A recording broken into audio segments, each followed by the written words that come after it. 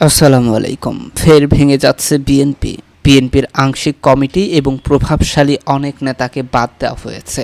4টি মহানগরে বিএনপির আংশিক আহ্বায়ক কমিটিতে আমানুল্লাহ আমান, আব্দুস সালাম সহ দলের প্রভাবশালী বেশ কয়েকজন নেতা বাদ পড়েছেন। ঢাকা মহানগর, উত্তর দক্ষিণ চট্টগ্রাম এবং বরিশাল মহানগরের আহ্বায়ক কমিটি ঘোষণা করা হয় গতকাল। এই মহানগরগুলোয় কমিটির শুধু আহ্বায়ক এবং সদস্য সচিবের নাম ঘোষণা করা হয়েছে। সেই কারণে বিএনপির ঘোষণাতে আংশিক আহ্বায়ক কমিটি হিসেবে উল্লেখ করা হয়েছে। গত 13 জুন মধ্যরাতে সংবাদ বিজ্ঞপ্তি দিয়ে এই 4টি মহানগরের আহ্বায়ক কমিটি ভেঙে দেওয়া হয়েছিল। এর পেছনে সরকার বিরোধী আন্দোলনের ব্যর্থতা ও কিছু ক্ষেত্রে নেতাদের নিষ্ক্রিয়তাকে বড় ধরনের ভুল হিসেবে তুলে ধরেছে বিএনপির নেতাদের অনেকে। যদিও দলটির আনুষ্ঠানিক বক্তব্য হচ্ছে দল পুনর্গঠনের অংশ হিসেবে তাদের ভারপ্রাপ্ত চেয়ারম্যান তারেক রহমান গণতন্ত্রের ক্ষমতা বলে মহানগরগুলোর কমিটি ভেঙে দেন।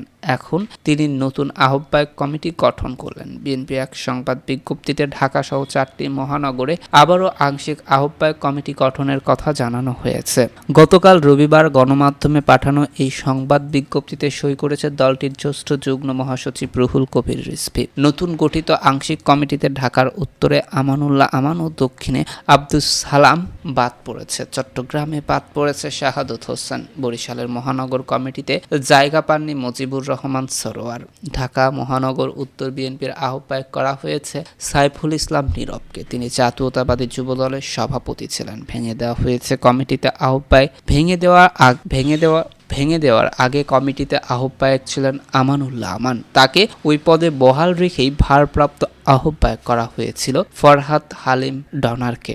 আমানুল্লাহ আমান এবং ফরহাদ হালিম তাদের দুজনের কাউকেই ঢাকা উত্তর বিএনপির আংশিক আহ্বায়ক কমিটিতে পা রাখা হয়নি। আগের কমিটির সদস্য সচিব আমিনুল হক নতুন কমিটিতে এই পদ পেয়েছেন। বিএনপির ঢাকা মহানগর দক্ষিণের আহ্বায়ক পদ পেয়েছেন রফিকুল আলম মজনু। তিনি আগের কমিটিতে সদস্য সচিব ছিলেন। আগের কমিটির যুগ্ম আহ্বায়ক তানভীর আহমেদ রবিনকে তখন সদস্য সচিবের সদস্য সচিব করা হয়েছে। ভেঙে দেওয়ার আগে কমিটিতে আহ্বায়ক ছিলেন আব্দুস সালাম। তিনি গতকাল প্রথম আলোকে বলেন, নতুন কমিটি সক্রিয়ভাবে কাজ করবে বলে তিনি আশা করেন। তবে আন্দোলনে ব্যর্থতার অভিযোগে তাকে সরে যেতে হলো কিনা এই প্রশ্নের জবাবে আব্দুস সালাম বলেন, ব্যর্থতা বিষয় নয়, দল পুনর্গঠনের অংশ হিসেবে নতুন কমিটি হয়েছে।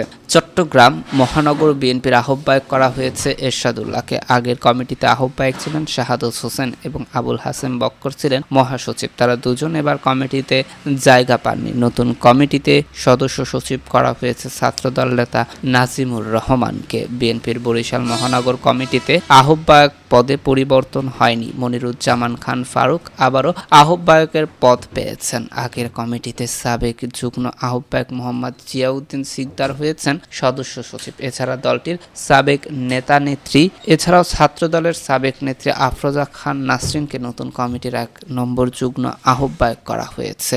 এতক্ষণ আমাদের সাথে থাকার জন্য ধন্যবাদ।